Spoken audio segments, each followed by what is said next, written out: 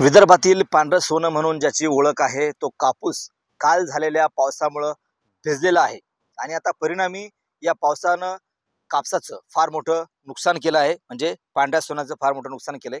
मी सध्या सिंदखेडराजा तालुक्यामध्ये आहे।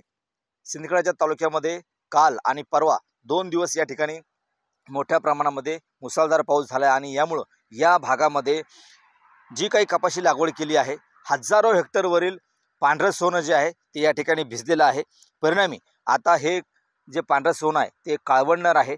म्हणजे सोन्याचा कलर जो आहे तो आता काळा पडणार आहे आणि परिणामी शेतकऱ्यांचं प्रचंड मोठं नुकसान या पांढऱ्या सोन्याचं या ठिकाणी होणार आहे। यापूर्वी सुद्धा सिंदखेडराजा देऊळगाव तालुक्यामध्ये मोठ्या प्रमाणामध्ये पाऊस झाला होता।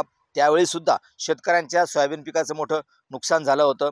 अद्यापही त्या भागातील शेतकऱ्यांना म्हणजे अनेक शेतकऱ्यांना या ठिकाणी नुकसान भरपाई मिळाली नाही। मात्र जी कपाशी आता जोमामध्ये होती त्या कपाशीपासून शेतकऱ्यांना मोठी अपेक्षा होती उत्पन्नाची। मात्र जो 2 दिवसापासून बुलढाणा जिल्ह्यामध्ये विशेषतः सिंदखेडराजा देऊळगाव चिखली या भागामध्ये जो पाऊस पडतोय त्या पावसामुळे हे जे पांढरं सोनं आहे ज्याला आपण कपाशी म्हणतो या भागामध्ये त्याचं फार मोठं नुकसान या ठिकाणी झालेलं आहे। आपण जर पाहिलं तर हे जे कापसाची जी बोंड आहेत ही अक्षरशः काल परवाच्या पावसामुळे या ठिकाणी भिजली आहे आणि परिणामी आता उद्या परवा ही कापसाची बोंड ही काळी पडणार आहेत। याला बाजारामध्ये भाव सुद्धा मिळणार नाही। त्यामुळे शेतकऱ्यांचं प्रचंड नुकसान या ठिकाणी झालेलं आहे।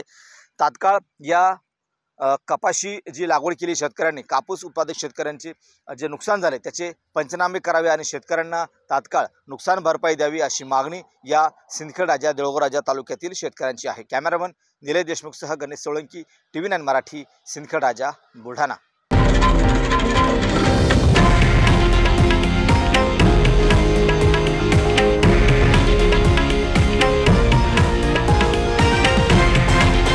हे आहे देशातील नंबर 1 न्यूज नेटवर्क आणि आपण पाहत आहात TV9 मराठी, एकमेव।